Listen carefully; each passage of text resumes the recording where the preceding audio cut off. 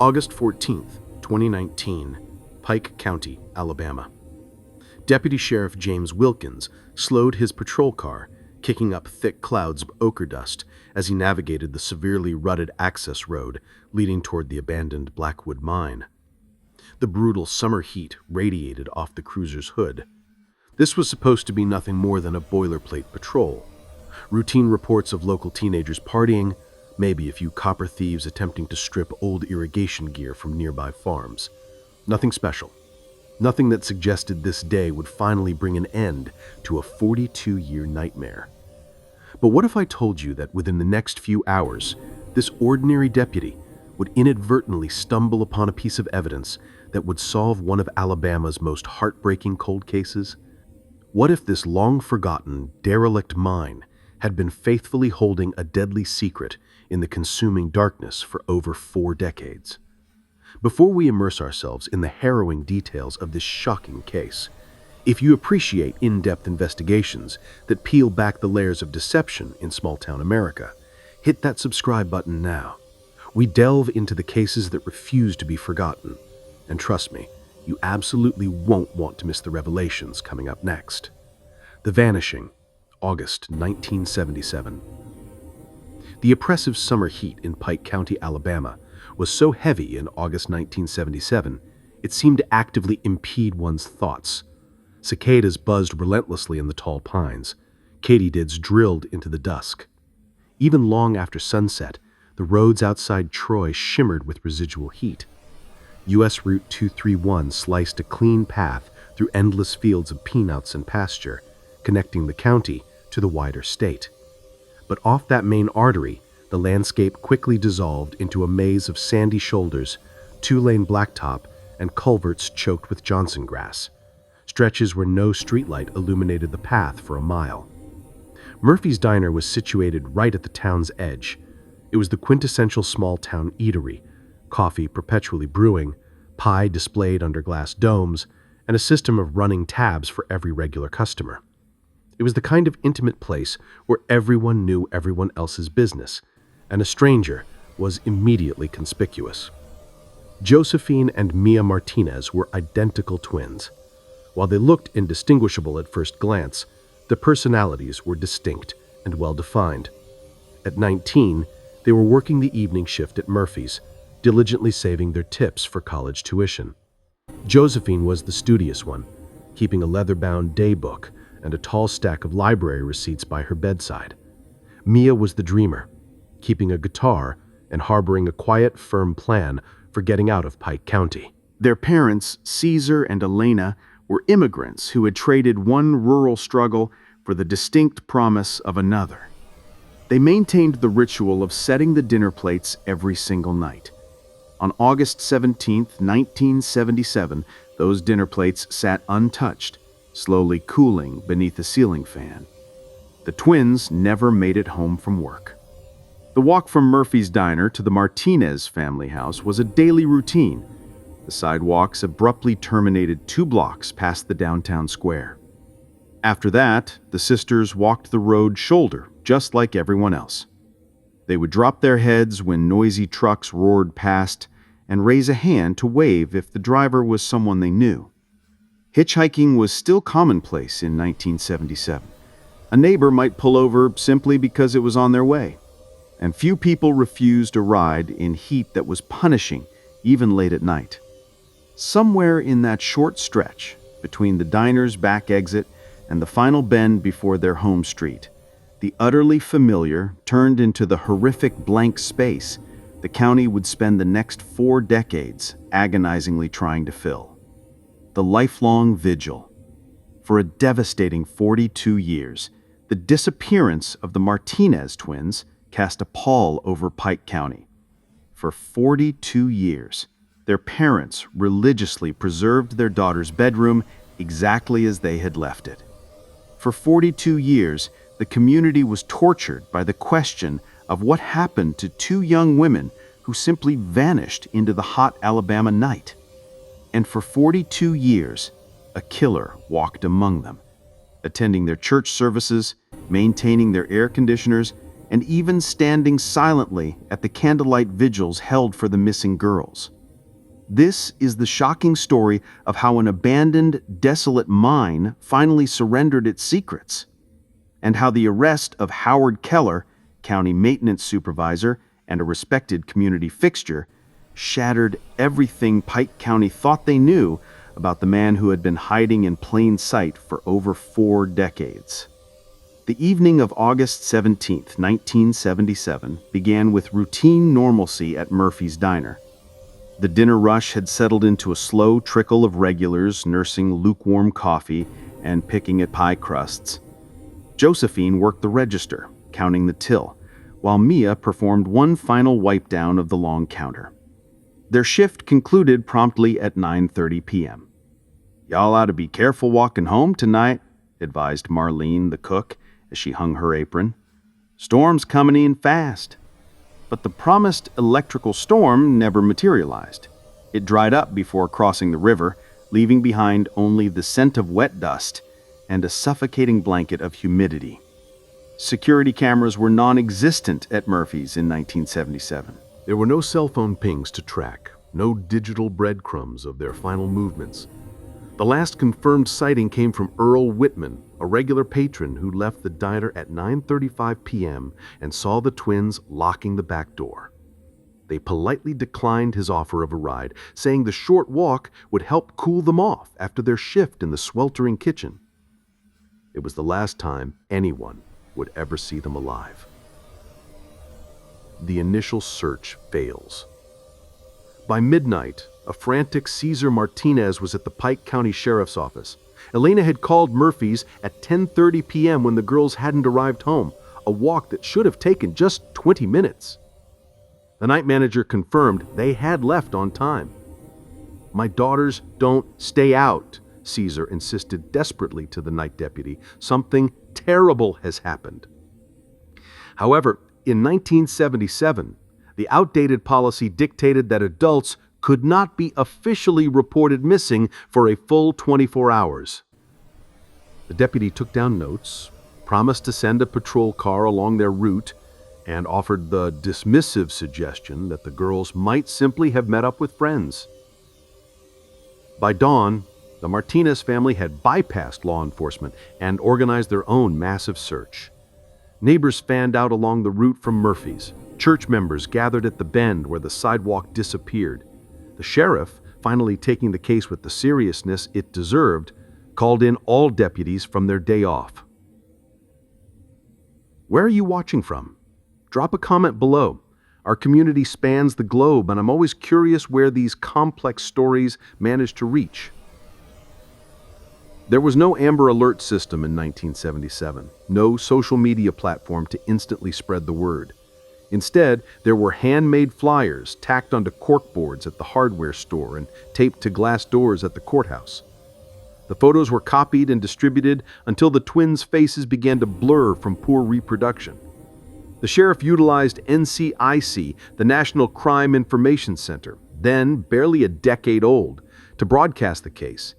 But the system was only as effective as the departments that were connected to it. Deputies rode fence lines and searched creek beds alongside tireless volunteers, men on four-wheelers and boys using baseball bats as walking sticks. Search dogs were brought in from the next county, and then the next. But the intense hot August heat and humidity quickly swallowed all scent trails. The sheriff's office sent out bulletins via teletype. They interviewed the owner of Murphy's, the cook, and a handful of patrons who swore they saw the girls depart together. Tire impressions were noted along the sandy shoulder, tidy, almost perfect stamps in the verge. But without a clean plaster cast, those tracks were merely one set among dozens. Cigarette butts, a crushed beer can, minor items that belonged to everyone and no one. Rituals of despair. The family clung to hope in the way only families can when tangible evidence is non-existent, by building it into a rigid ritual. Cesar quit his job and meticulously carved his days into the distinct shape of the search. Morning calls to neighboring police departments, followed by a circuit of back roads. Then the agonizing meetings where he sat across from investigators who wanted to help but had nothing new to give. Elena left the twins' bedroom utterly untouched except for dusting. She turned the bedspreads once a week to prevent fading in the same spot, washed their sheets on the same specific day every month, and kept the window cracked so the room could breathe. As days bled into weeks, the investigation stalled completely. The FBI dispatched an agent from Mobile, but with no evidence of interstate kidnapping, their involvement remained minimal. Local law enforcement, woefully lacking resources and experience with a case of this complexity, found themselves quickly overwhelmed. And into that vacuum of definitive answers, something tragically predictable occurred. The community began to aggressively fill in the blanks themselves. "I heard they were seeing those boys from over in Dale County," one woman whispered outside church. "Caesar's got a temper when he drinks," another muttered darkly at the grocery store. "Those girls were too pretty for their own good," said an older man at the barber shop, shaking his head. A case like the Martinez twins split the small town along visible social seams and invisible moral ones. When facts run scarce, rumors multiply rapidly. The twins' father became a subject whispered over coffee. A young man who'd spoken to Mia at church was a convenient temporary villain. Outsiders, anyone not born within the county lines, were immediately cast as dangerous drifters. And through it all, Howard Keller, the county maintenance supervisor, quietly offered his assistance. He joined search parties on his days off. He fixed the Martinez family's broken air conditioner free of charge that September. He stood at the back of tense community meetings, nodding solemnly whenever the sheriff asked for new leads. "I was out by the old Blackwood place last week," he mentioned casually to a deputy. "It's not safe for kids out there. Might be worth checking thoroughly." Deputies did indeed search the abandoned mine and found nothing conclusive. They could not have possibly known they were standing directly above the exact spot where the Martinez twins lay hidden, or that the very man who suggested the search was cunningly testing how thoroughly law enforcement would look. By Christmas 1977, the case had officially gone cold. The Martinez twins had vanished without a trace, and Pike County would never again be the same. Time stands still. Time functions differently when you are indefinitely waiting for definitive answers. For the Martinez family, the calendar morphed into a series of agonizing milestones, birthdays without candles, holidays marked by 2 empty chairs, and the annual August vigil that symbolized yet another year without Josephine and Mia. 1978. Martinez search continues 1 year later. 1982. 5 years gone. Martinez twins case remains unsolved. 1987. A decade of questions. Pike County's enduring mystery. Those first few years, everyone fully expected a break in the case, says Margaret Dawson, who worked at the courthouse during that time. Every time the phone rang at the sheriff's office, we thought, this might be it. But after a while, you start to realize some core questions simply don't get answered in this life. For Caesar and Elena Martinez, overwhelming grief became a constant companion. Elena preserved the twins' room like a sacred museum. Caesar drove the exact route from Murphy's to their home every Sunday after church, slowing at the bend where the sidewalk ended, his eyes continuously scanning the ditches, as if something vital might have been missed after all these years. They never gave up, says Pastor Robert Williams of First Baptist Church. Even when everyone else stopped talking about it, the Martinez family kept their daughter's memory relentlessly alive. If you are finding this case as profoundly fascinating as I do, hit that like button now to help more people discover this story. Your engagement helps us reach those who appreciate the pursuit of long-delayed justice. Parents used the chilling story to warn teenagers about the dangers of walking alone. A new generation who had never known Josephine and Mia grew up hearing their names as a cautionary tale. The simple cross at the bend became a landmark, faithfully repainted each year, adorned with fresh flowers on every anniversary. The case was the yardstick against which every subsequent local tragedy was measured. Bad as it was, it's still not the Martinez case. Throughout these decades of profound change, Howard Keller remained an absolute fixture in Pike County. He was promoted to head of county maintenance in 1980. His crew was responsible for handling repairs for half the county's public buildings and many private ones. If a school's air conditioning failed, if the church boiler sputtered in January, or if a storm peeled back tin from the gymnasium roof, Keller possessed the keys and a legitimate reason to be there after hours. He was extremely active at church, organized the fall festival booths, repaired the lights before Easter Sunday services, and stood at the back of the sanctuary at the annual vigils for the twins, head bowed, often with a comforting hand on someone's shoulder. He married in 1982, divorced in 1989, but his reputation remained unblemished and respected. He was the man who always showed up with a tool bag when something broke. Howard was simply part of the fabric of this place, says former Sheriff Jim Daniels, who led the department from 1985 to 1997. It never would have remotely crossed my mind to look twice at him. He was always trying to help, always available when you needed something fixed. The Golden State Breakthrough. As investigative techniques evolved through the 1990s and early 2000s, each new sheriff would revisit the Martinez case file. DNA testing became readily available, but without identifiable suspects or recovered remains, there was nothing conclusive to test. The case file grew thick with outdated interviews and theories, but remained thin on hard evidence. In 1998, the case was featured on an early true crime television show. Tips flooded in, most leading nowhere. A psychic from Georgia claimed the twins were buried near water. A retired detective from Florida suggested they'd been victims of a serial killer operating across the Southeast in the late 1970s. Meanwhile, the Blackwood Mine, a former limestone quarry, misnamed by locals who had forgotten its origins, sat largely undisturbed on the outskirts of the county. By the 1990s, bold hazard signs were posted around the perimeter. No trespassing, unstable high wall, deep water. But local teenagers kept going, drawn by moonlit parties near the quarry pond and the general invitation of a place adults warned them to avoid. Sheriff's deputies learned to recognize the sounds: clinking glass, laughter, wind carried up the draw, and periodically chased kids off. The county never fully remediated the site. Down here, it was just the sheriff and the landowner standing guard between hazard and local habit. By 2017, Cesar and Elena Martinez were in their 70s. The annual vigil had shrunk. The community's specific memory of the girls had faded. The twins would have been 59 years old, a fact that seemed impossible to reconcile with the black and white, frozen-in-time photographs still displayed at the church.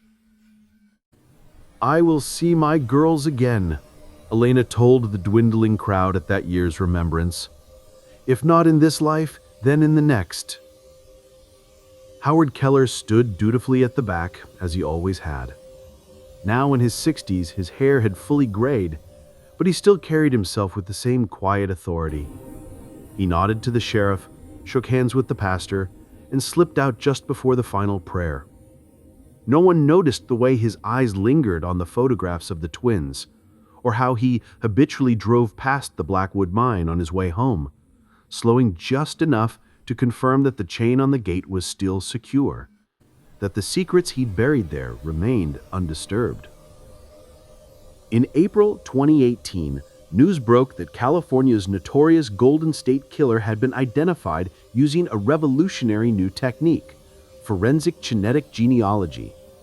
For the first time, investigators had used publicly accessible DNA databases to successfully track down a killer who had evaded capture for decades. Across the entire country, cold case detectives took notice. Old shelved evidence was re-examined. New possibilities emerged. And in Pike County, a new sheriff wondered if modern science could finally solve their oldest, most painful mystery. If only they had something physical to test. They had no idea that in less than a year, a routine patrol would change absolutely everything. The accidental discovery. August 14th, 2019. Deputy James Wilkins wasn't dwelling on the Martinez twins as he turned down the access road to Blackwood Mine. His mind was focused on copper thieves and rebellious teenagers with spray paint. The department had logged 3 calls in the past month about trespassing and possible drug activity at the abandoned site. At 32, Wilkins was too young to remember the original intense investigation. To him, the Martinez case was simply department lore, the kind of haunting stories senior deputies recounted to rookies during long night shifts. He'd seen the cross at the bend, attended one vigil out of respect, but the twins' disappearance was history, not an active case. The chain on the mine gate had been freshly cut, not recently, but it wasn't rusted through either. Wilkins radioed his location and proceeded cautiously on foot, flashlight in hand despite the afternoon sun. The main quarry pit was unremarkable, filled only with stagnant water and discarded beer cans. He documented the fresh graffiti with his department-issued camera and continued toward what locals called the drift, a short, man-made tunnel cut into the limestone face during the quarry's operational years. What time is it where you're watching? Our community spans the globe, and I'm always fascinated by when and where these profound stories reach you. What happened next would later be described in Wilkins' official report, with clinical, objective detachment. Upon entering the drift, approximately 15 feet in, I observed an area of disturbed silt that appeared inconsistent with natural deposition patterns. Further examination revealed what appeared to be a small metal object partially embedded in the hardened silt layer. What the report couldn't possibly capture was Wilkins' sudden instinctive recognition that he was looking at something historically significant. The object was a brooch, small and heavily tarnished, but with a distinctive shape that would later be identified as identical to the ones worn by the Martinez twins on their Murphy's Diner uniforms. "I need the sheriff out here," Wilkins radioed, his voice steady but urgent. "And tell him to bring the state crime scene unit. I think I might have found something related to the Martinez case." The archaeological dig. Within hours, the abandoned mine transformed into the most sophisticated crime scene Pike County had ever assembled. Yellow tape rigidly cordoned off the access road, portable industrial lights illuminated the drift entrance. The Alabama Bureau of Investigation, ABI, dispatched their cold case specialists, and forensic anthropologists from the state university arrived by nightfall. Sheriff Nathan Brooks, who had inherited the Martinez file when he took office in 2018, stood at the perimeter, watching as modern science prepared to extract the vital information that the darkness had successfully kept hidden for 42 years. "We approached it like an archaeological excavation," explained Dr. Ayla Carpenter, the lead forensic anthropologist on the recovery team. The mine's unique microclimate had inadvertently created incredible preservation conditions. The temperature remains stable, the light is severely limited, and larger scavengers rarely enter. In such places, time doesn't stop, but its destructive force moves much, much slower. The scene was meticulously documented with a 3D scanner and digitally stitched together with hundreds of photographs. Technology utterly unimaginable in 1977. The drift's exact geometry, the positioning of the timber supports, the water stain lines, and the grid they laid on the silt, everything was recorded in a way that could later be virtually walked through again, allowing them to test theories or check a visual memory years down the line. Layer by painstaking layer, the forensic team worked through 4 decades of accumulated silt. What they discovered was subtle, not dramatic. There was no skull sitting openly on a shelf, nothing that immediately announced itself as a violent crime scene, It was subtler. A worn piece of nylon cord, looped and knotted in a way that suggested hands had practiced the motion. The indistinct outline of 2 bodies' worth of disturbance beneath the skim of silt. A button stamped with the Murphy's Diner logo, no bigger than a thumbnail. Traces of adhesive from tape on a brittle plastic sheet that had long since degraded. And finally, bones, fragile with age but present enough to speak. The remains had been in a microclimate that was cool and dark, Dr. Carpenter continued. Soft tissue hadn't survived, but adipocere had formed in places, sealing small pockets and protecting fibers from the worst degradations. There was very little insect activity, another gift of the subterranean setting. So the timeline had to be built from contextual clues rather than entomological evidence. In the state lab, evidence bags began to accumulate. The nylon cord, the brooch, fragments of clothing embedded in the silt where the stitching was still visible when wetted and carefully teased apart. Most importantly, a corroded yet identifiable fastener, an uncommon size of washer, manufactured for a specific batch of commercial HVAC units installed in county buildings in the mid-1970s.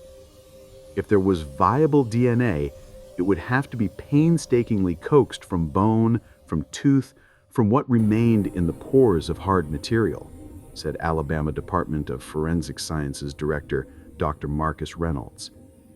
Techniques borrowed from archaeogenomics, clean room protocols, silica columns, enzymatic damage repair, were employed to extract and construct a genetic profile. In 1977, we couldn't have done any of this. Even 10 years ago, some of these techniques were still experimental, but we are undeniably in an era of cold case breakthroughs. "We found them," was all Sheriff Brooks had needed to say. The fragile bones recovered from the Blackwood mine yielded enough viable genetic material for a definitive match to the family.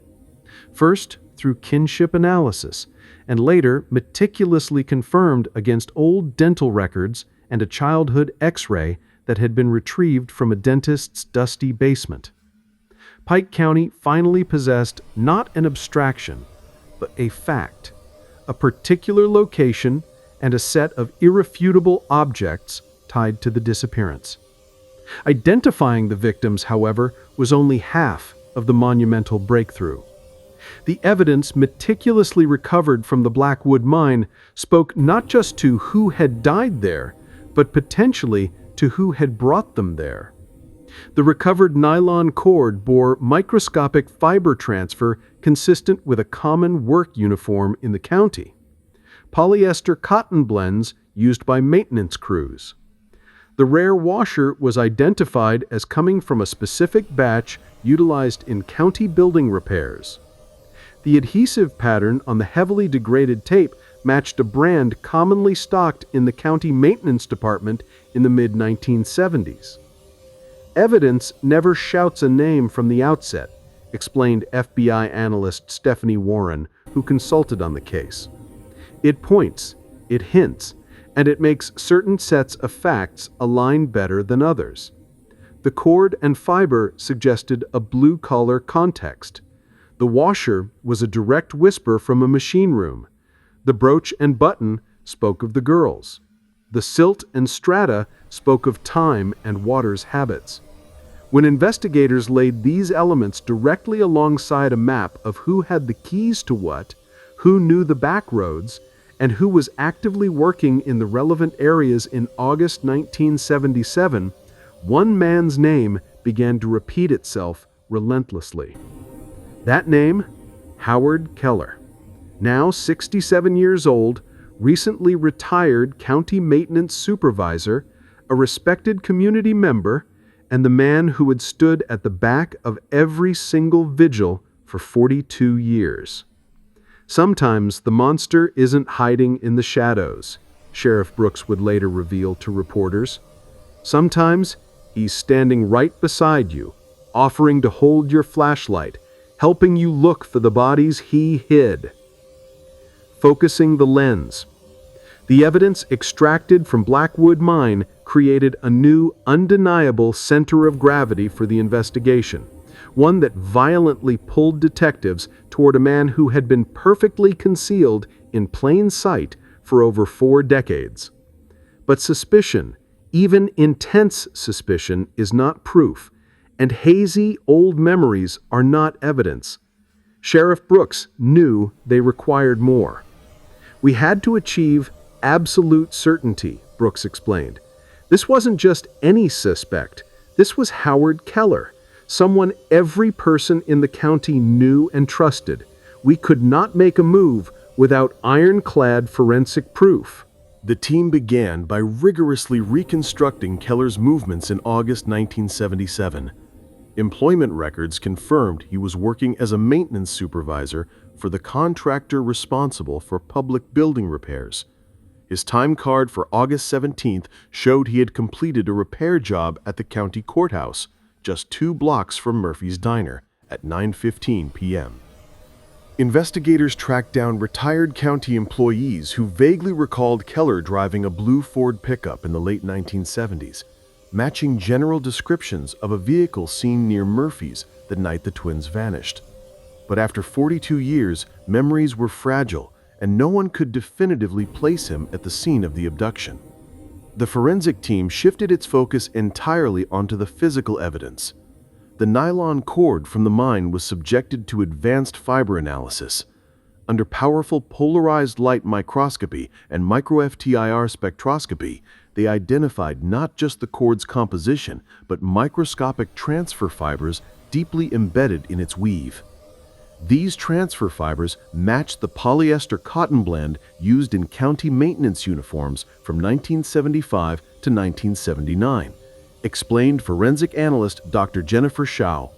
More specifically, they matched the particular dye formulation utilized by the single supplier for Pike County at that time. The specific washer found at the scene proved equally revealing. Metallurgical analysis identified it as part of a specific production batch manufactured for commercial HVAC units installed in county buildings in the mid-1970s. Units that only Keller's crew was authorized to maintain. The keepsakes of a killer. On September 28, 2019, a judge signed a search warrant for Howard Keller's residence, a modest ranch house where he had lived alone since his divorce 30 years prior. The following morning, investigators arrived at his door. Mr. Keller was remarkably composed, recalled Detective Marcus Wilson.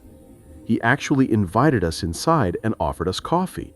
It was only when we began moving toward his garage that his entire demeanor shifted.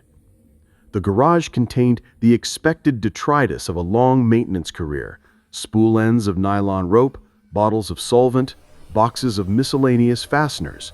But in a locked metal cabinet, carefully tucked behind shelving, investigators found something else entirely. A small wooden box containing what could only be described as trophies.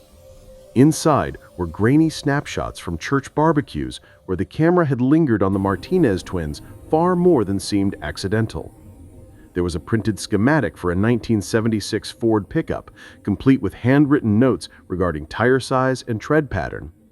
Most damningly, there was a collection of washers and screws that perfectly matched the uncommon, specific stock lot from those mid-70s HVAC units. The most powerful revelation wasn't one single object. It was the chilling convergence of them all. A micro-abrasion pattern on a spare washer perfectly matched the corroded one from the mine. Fibers from his old uniform, meticulously saved in a dry box of rags, were identical in dye signature to the fibers lifted from the nylon cord. An old county map had the Blackwood property traced out, with notes on the gate's chain. Back in 1977, none of that would have successfully built a case, FBI analyst Warren noted. But in 2019, interpreted against modern scientific standards and with the lab's ability to resolve what was once muddy, it provided irrefutable probable cause. The most profoundly chilling discovery came from a journal hidden in a false bottom of the keepsake box. It contains sporadic entries spanning decades, including one from August 17, 1977, which simply read, "It is done. The place will keep them." The weaponization of trust. On October 2, 2019, Howard Keller was formally arrested at his home. The charges? 2 counts of first-degree murder. The man who had attended every vigil, fixed the Martinez family's air conditioner, and stood as a pillar of the community for 42 years, was finally led away in handcuffs. This case took a monumental, horrifying turn. If you're shocked by this revelation, please share this video with someone who appreciates the complexity of true crime stories. Your shares help bring these important cases into the light. News of Keller's arrest tore through Pike County like an inferno. Those who had known him for decades struggled painfully to reconcile the trusted man they thought they knew with the monster now clearly revealed.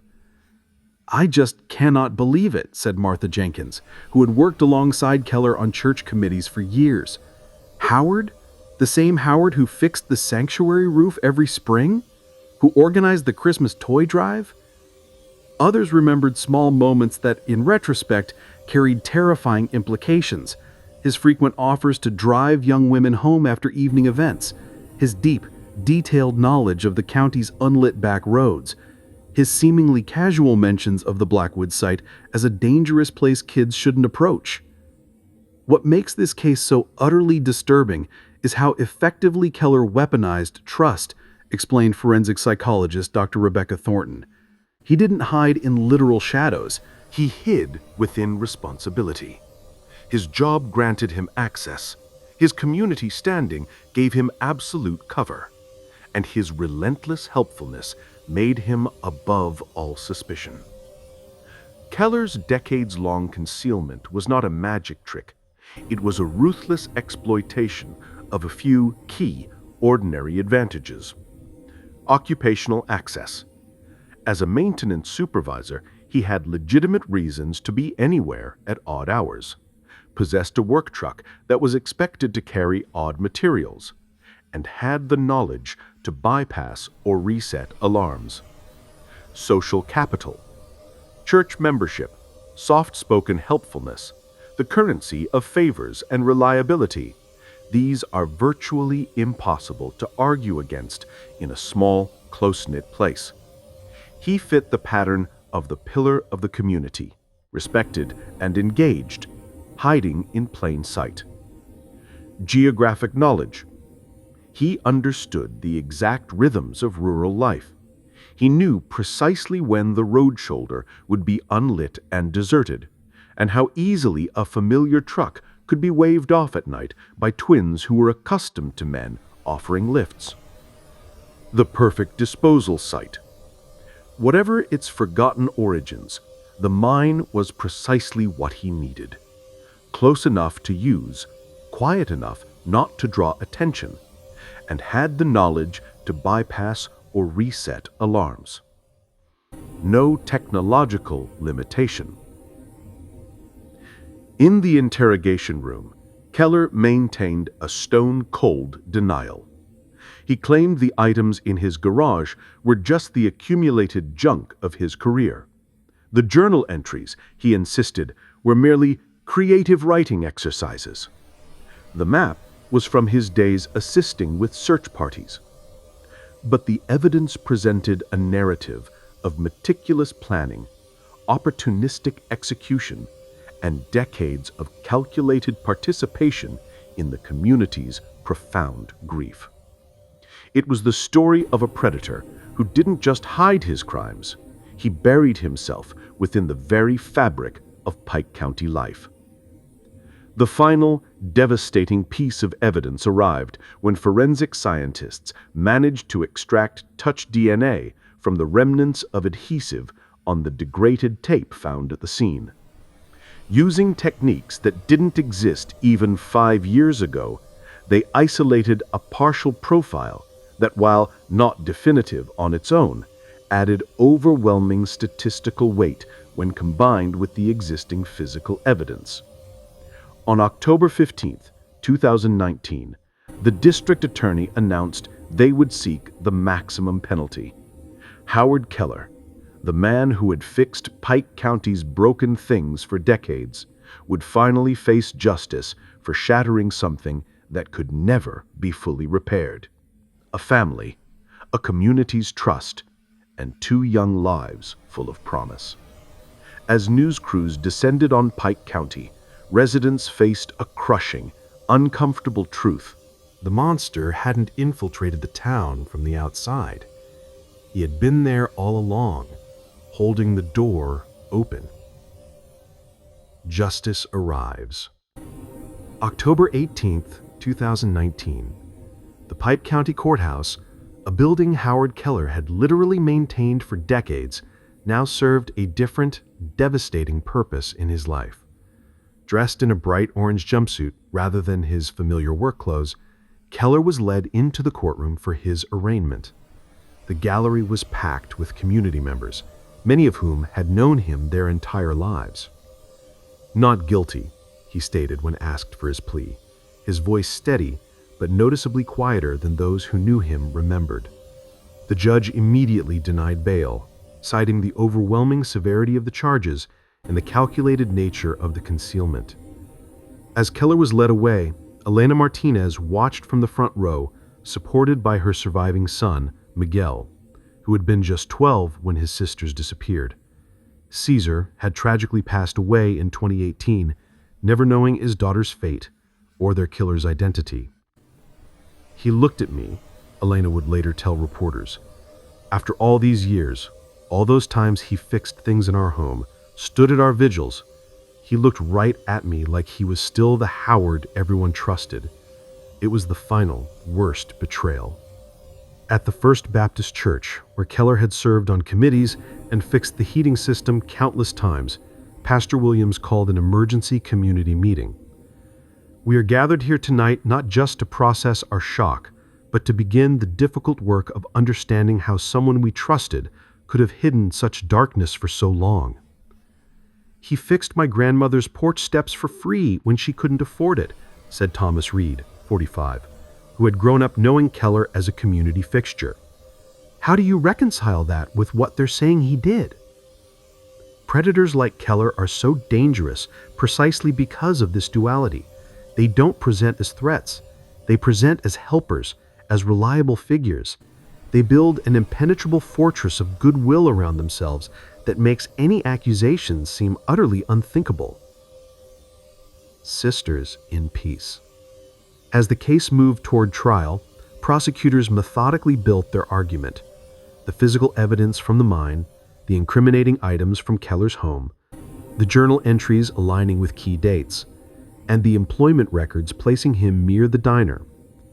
Defense attorneys argued that the evidence was circumstantial and that the passage of time had compromised the chain of custody. But they faced an immense uphill battle against both cutting-edge forensic science and the power of a narrative that finally, horrifyingly, made perfect sense of Pike County's darkest mystery. "Cold cases like this don't get solved by chance," explained Detective Wilson.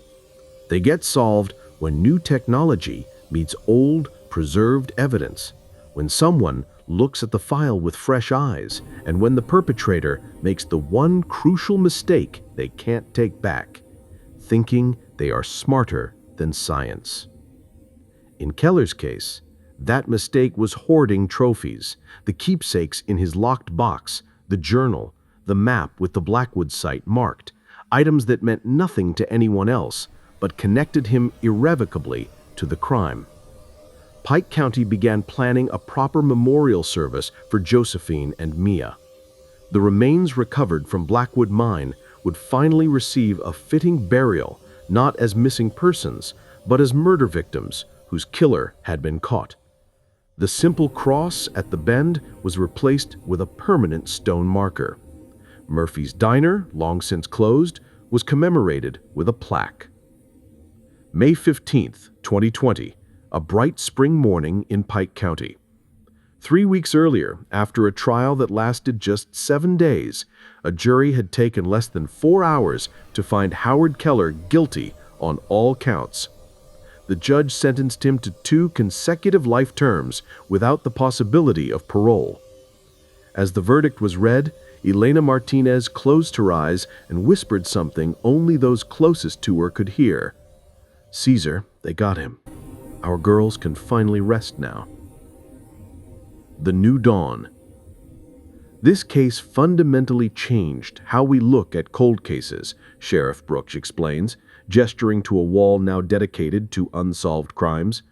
"We've reopened 3 investigations from the 1980s and 90s, applying the very same forensic techniques that broke the Martinez case. Science caught up to Howard Keller. It might caught up to other killers, too. The breakthroughs that solved the Martinez case represent a technological revolution in forensic science. Touch DNA extraction from decades-old evidence, genetic genealogy databases, advanced fiber analysis, and 3D crime scene reconstruction. The message to perpetrators is clear. Time is no longer your ally. What you did in 1977 or 1997 can be uncovered with techniques we're developing today.